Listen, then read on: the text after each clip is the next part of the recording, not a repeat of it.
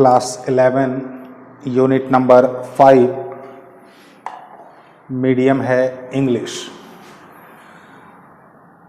Class 11 में English medium वाले batch का ये पहला वीडियो आ रहा है और हम लोग स्टार्ट ले रहे हैं यूनिट 5।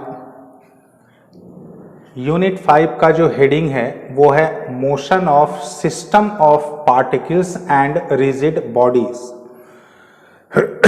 थोड़ा सा ये बड़ा टॉपिक है। यह जो चैप्टर है, यह जो यूनिट है, यह 3 सेक्शन में बटा हुआ है। सेक्शन नंबर 1 वो है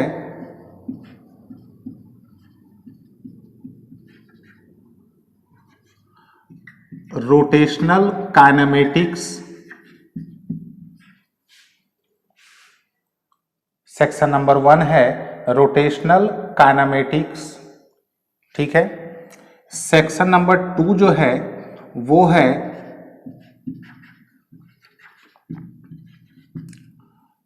मोमेंट ऑफ इनर्शिया और सेक्शन नंबर 3 जो है वो है सेंटर ऑफ मास। ये छोटा सेक्शन है, 3rd नंबर जो है ये छोटा सेक्शन है। तो ऐसे में मेन ये और ये उम्मीद है हम लोग इस दोनों को कवर कर लेंगे, ठीक है। तो हम लोग स्टार्ट करते हैं रोटेशनल काइनेमेटिक्स। आप लोगों को याद होगा कि यूनिट 2 जो था वो था काइनेमेटिक्स। सॉरी, काइनेमेटिक्स का मतलब होता है कि the branch of physics which deals about motion of A particle और ए बॉडी। लेकिन यहां पर काइनेमेटिक्स के पहले क्या लगा हुआ है? रोटेशनल। तो इसका मतलब है कि रोटेशनल काइनेमेटिक्स जो है ये क्लियरली रोटेशनल मोशन को डिस्क्राइब करेगा, रोटेशनल मोशन का कॉन्सेप्ट देगा। एक बात यहां पर बतला दें स्टार्ट में ही कि जो रोटेशनल मोशन है ये बहुत ज्यादा सिमिलर है सर्कुलर मोशन के। ये बहुत ज्यादा सिमिलर है। बहुत सारी चीजें जो है वो सर्कुलर मोशन के ही सिमेट्रिकल होता है रोटेशनल मोशन, क्योंकि इस दोनों मोशन में बहुत ज्यादा सिमिलरिटीज है। हाँ, ऐसा नहीं है कि हम ये नहीं कह रहे हैं कि रोटेशनल मोशन और सर्कुलर मोशन एक होता है, ऐसा नहीं है। लेकिन दोनों तरह के मोशन में बहुत सारी चीजें सिमेट्रिकल है, यानी आइडेंटिकल है। जैसे क्या क्या आइडेंटिकल है उसको मैं एक बार आप लोगों तक फटाफट रिपीट कर दे रहा हूं। आप लोगों ने नोट करते जाना आप लोगों को।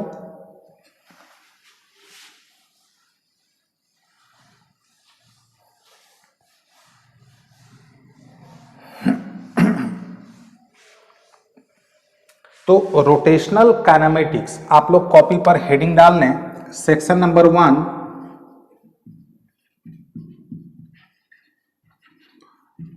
रोटेशनल काइनेमेटिक्स, ये सेक्शन नंबर 1। रोटेशनल काइनेमेटिक्स जो है ये कहते हैं the branch of physics which deals about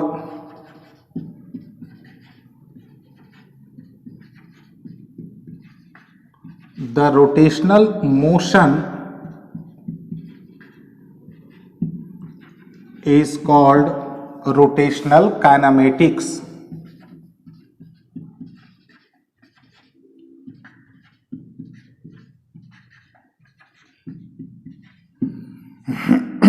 ध्यान रखेंगे, यह ब्रांच रोटेशनल मोशन को डील करता है।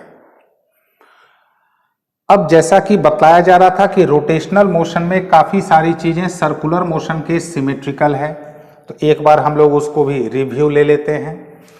जैसे सर्कुलर मोशन में डिस्प्लेसमेंट होता है 2, उसी तरह से रोटेशनल मोशन में भी डिस्प्लेसमेंट होता है 2। लेकिन सवाल है, ये तो रोटेशनल काइनेमेटिक्स हुआ, what is the meaning of rotational motion? एक बहुत बड़ा फर्क है सर्कुलर मोशन में और रोटेशनल मोशन में। एक बहुत बड़ा फर्क क्या है कि सर्कुलर मोशन में एक पार्टिकल का पाथ जो है वो इंडिपेंडेंट होता है, लेकिन रोटेशनल मोशन जो होता है उसमें एक पार्टिकल का मोशन एक एक्सिस के चारों तरफ होता है। ये एक बहुत बड़ा फर्क है। तो rotational motion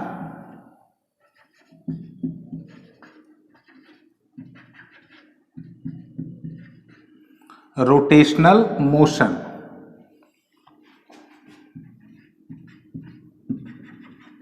motion of A particle, हम लोग पार्टिकल ही लेते हैं क्योंकि पार्टिकल से ही बॉडी का जो है उसका फॉर्मेशन होता है। तो the motion of A particle about a fixed axis is called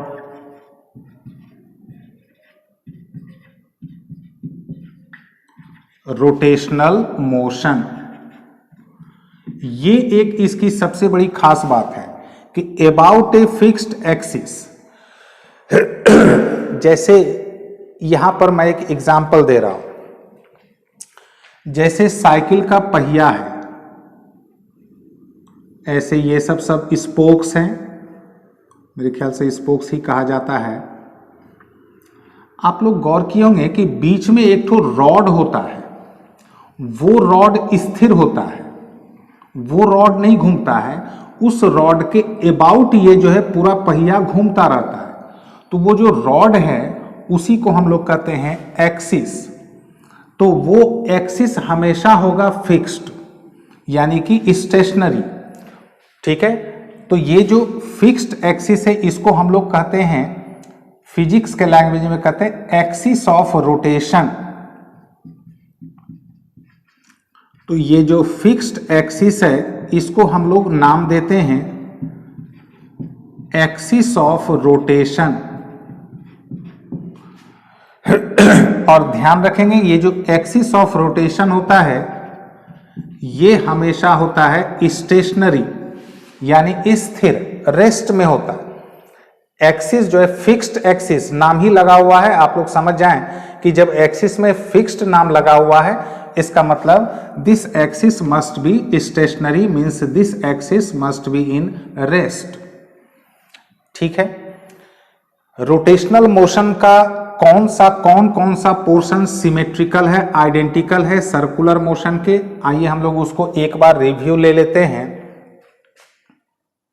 सबसे पहले linear and angular displacements.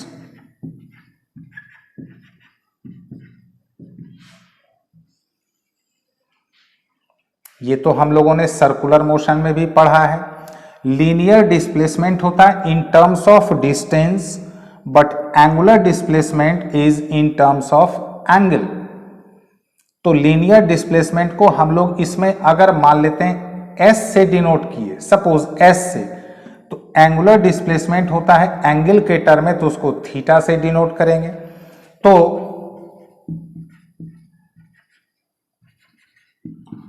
Linear displacement को हम लोग डिनोट करेंगे एस से, और एंगुलर डिस्प्लेसमेंट जो है उसको डिनोट करेंगे थीटा से। इस दोनों के बीच में रिलेशन होता है S equal to r into theta. आप लोग परेशान नहीं हो, मैं इसके बारे में आप लोगों को बतला देता हूं, आप लोगों को उम्मीद है याद आ जाएगा। Uniform circular motion unit number 2 में आप लोग जाएं तो उसमें हम लोगों ने पढ़ा था dr equals to r into d theta. ये था लीनियर डिस्प्लेसमेंट, ये था एंगुलर डिस्प्लेसमेंट, ये था रेडियस। तो वही बात है, ये है लीनियर डिस्प्लेसमेंट, ये एंगुलर डिस्प्लेसमेंट, ये है रेडियस, वेयर आर इज, लेकिन ध्यान रहे हम लोग इसमें आर को रेडियस कह तो सकते हैं, लेकिन कहना उचित इसलिए नहीं होगा कि सपोज करें कि जैसे ये एक्सिस है और ये पार्टिकल इसके ऐसे चारों तरफ रोटेशनल मोशन में है, ये पार्टिकल है, तो इसका यह जो डिस्टेंस होगा ऐसे तो यह रेडियस ही कहलाएगा। लेकिन रेडियस कहने पर क्या होता है कि वो सर्कुलर मोशन का सेंस जो है वो डेवलप होने लगता है, इसलिए हम लोग रेडियस नहीं बोल करके रोटेशनल मोशन में इसको कहते हैं, आर को कहते हैं distance, normal distance from the axis of rotation. बात एक ही है, केवल उसको कहने का तरीका क्या है अलग अलग है। ऐसे ये पार्टिकल अगर घूमेगी तो ये रेडियस ही होगा, लेकिन हम लोग रेडियस जब बोलते हैं तो सेंस जो डेवलप होता है वो सर्कुलर मोशन का, तो रोटेशनल मोशन का सेंस डेवलप हो इसके लिए हम लोग इसको रेडियस नहीं बोल के कहते हैं normal distance from the axis of rotation, where r is the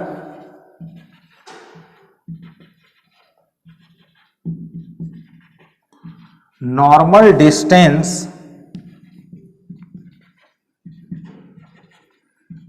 of the particle from the axis of rotation। ये समझने के लिए, और मैं आप लोगों को फिर से रिपीट कर देता हूं, बात एक ही है, इसको आप लोग रेडियस कहें या normal distance of the particle from the axis of rotation, बात एक ही है, केवल कहने में क्या होता है कि सेंस उसका अलग अलग निकलता है। तो S equals to R into theta, ये हो गया नॉर्मल रिलेशन। सॉरी, डिस्प्लेसमेंट के बाद रोटेशनल मोशन, रोटेशनल काइनेमेटिक्स है, रोटेशनल मोशन है, तो बारी आएगी वेलोसिटी की।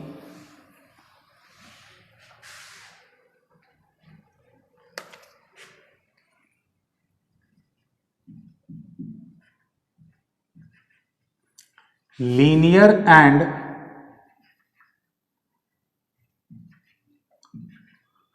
एंगुलर वेलोसिटीज,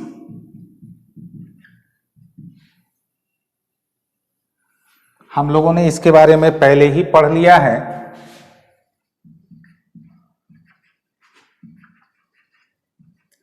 लीनियर वेलोसिटी को हम लोग डिनोट करते हैं v से,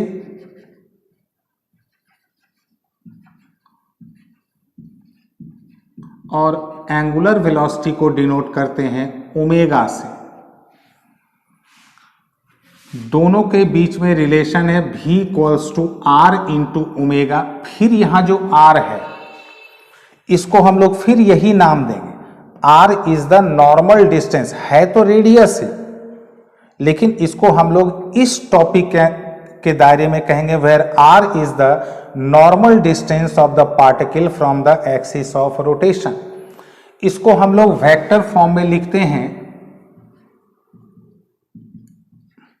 ये हम लोगों का पहले भी पढ़ा हुआ है, ओमेगा क्रॉस आर। ठीक है, इसके बाद बारी आती है वेलोसिटी के बाद बारी आती है, इसमें एक दो चीज और समझा दें। भी होता है ds बाय डी टी और ओमेगा होता है D theta by D T. ये सब पुरानी बात है, कोई नई बात नहीं। अब इसके बाद बारी आती है एक्सेलरेशन की। Linear and angular एक्सेलरेशंस।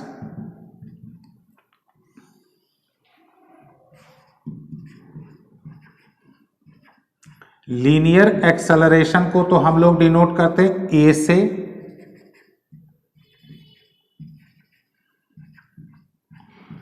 Angular acceleration को डिनोट करते हैं अल्फा से। थोड़ा सिमेट्रिकल है, आप लोग ध्यान देंगे, एक ए है दूसरा अल्फा है। रिलेशन दोनों में यही है, ए जो होता है आर इंटू अल्फा, और वेक्टर फॉर्मेट में अल्फा क्रॉस आर। अब एक दो चीज और मैं याद दिला दूं आप लोगों को फटाफट, review.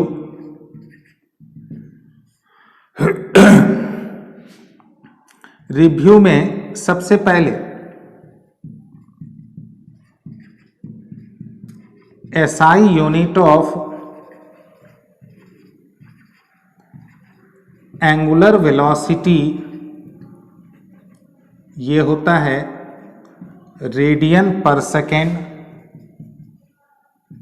SI unit of angular acceleration ये होता है radian per second square. Dimensional formula of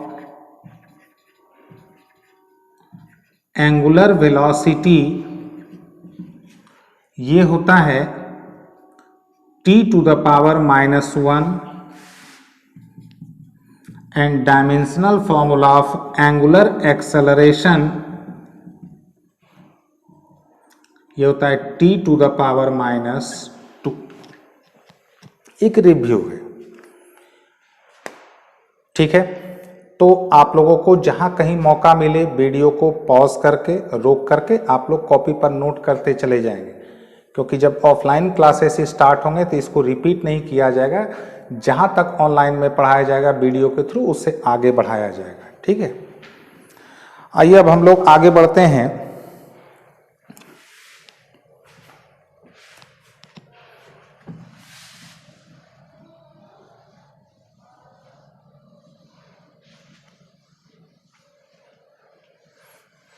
kinematical equations.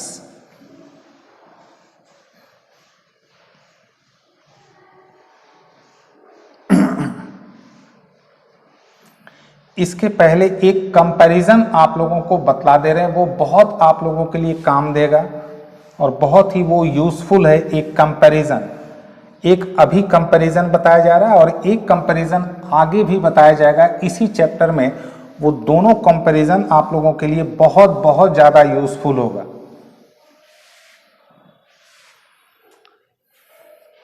देखिए एक कंपैरिजन,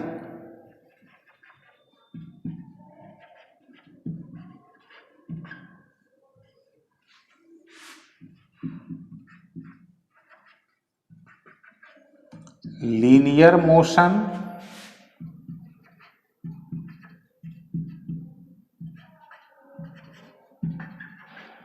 और रोटेशनल मोशन, इसमें होता है लीनियर डिस्प्लेसमेंट S, इसमें होता है एंगुलर डिस्प्लेसमेंट थीटा, इसमें लीनियर वेलोसिटी, लीनियर वेलोसिटी में दो पार्ट,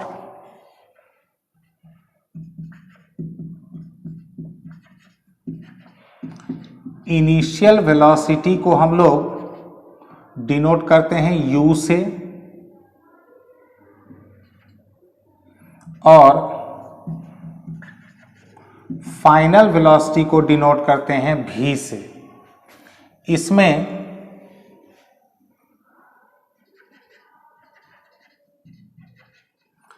एंगुलर वेलोसिटी का भी दो पार्ट,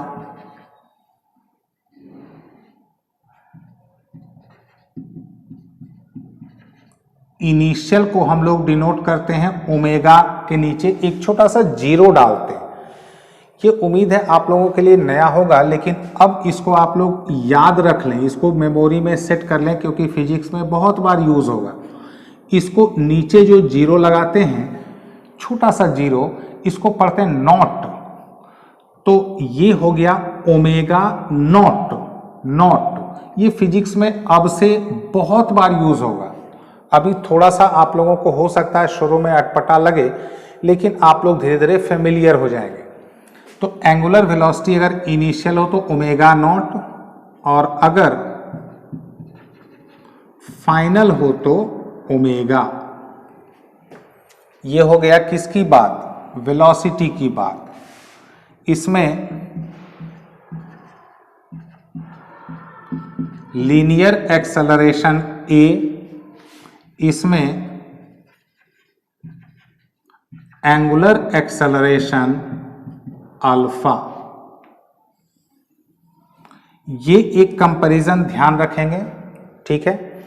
अब मैं आप लोगों को बता रहा हूं कि रोटेशनल काइनेमेटिक्स का काइनेमेटिकल इक्वेशंस कोई नया नहीं है, आप लोगों को याद होगा वो 3 equation, v equals to u plus a t, v square equals to you square plus 2as and s equal to u t plus half a t square. ये था जब पॉजिटिव a हो, और नेगेटिव रहेगा तो बीच का साइन सारा minus हो जाएगा।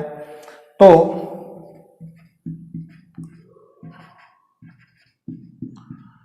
काइनेमेटिकल इक्वेशंस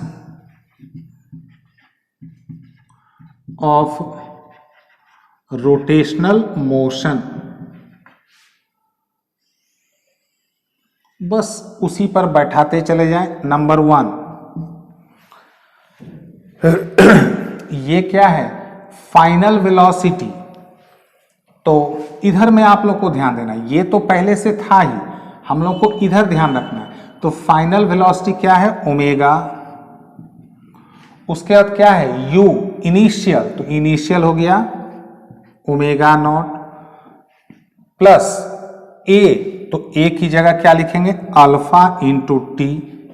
ये हो गया first equation. Equation number 2, v square यानी फाइनल वेलोसिटी का स्क्वायर, तो omega square equals to you square plus 2, A की जगह अल्फा और s की जगह थीटा। और नंबर 3, s तो थीटा, u तो omega naught into T plus half, A की जगह अल्फा इंटू टी स्क्वायर। ये जो होगा ये होगा in case of positive angular acceleration. यही अगर नेगेटिव रहेगा, मान लेते हैं अगर रोटेशन का स्पीड धीरे धीरे धीरे धीरे धीरे धीरे स्लो होने लगा, तो इसका मतलब रिटार्डेशन है, तो तीनों साइन जो है वो हो जाएगा माइनस में। तो आप लोग इसको नोट कर लें, ठीक है। अब इसके बाद बारी आती है डिस्प्लेसमेंट हो गया, फोर्स हो गया, डिस्प्लेसमेंट हो गया, वेलोसिटी हो गया, एक्सेलरेशन हो गया और इक्वेशंस हो गए। अब इसके बाद बारी आती है फोर्स।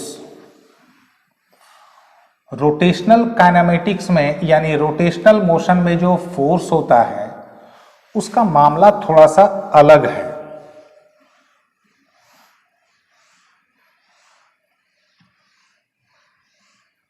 और उसका नाम भी अलग है, हो सकता है आप लोगों का सुना हुआ होगा, टॉर्क। तो आप लोग अपने अपने कॉपी पर हेडिंग डाल दें, फोर्स इन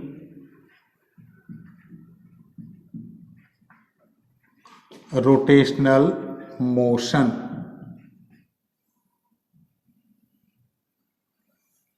ठीक है, इसको कहते हैं मोमेंट ऑफ फोर्स और टॉर्क। ये हम लोगों का नेक्स्ट क्लास का टॉपिक होगा, क्योंकि यहां से ये सब तो खैर पुरानी बातें थी, कोई नई बातें नहीं थी, इसमें कोई खास नई बातें नहीं थी।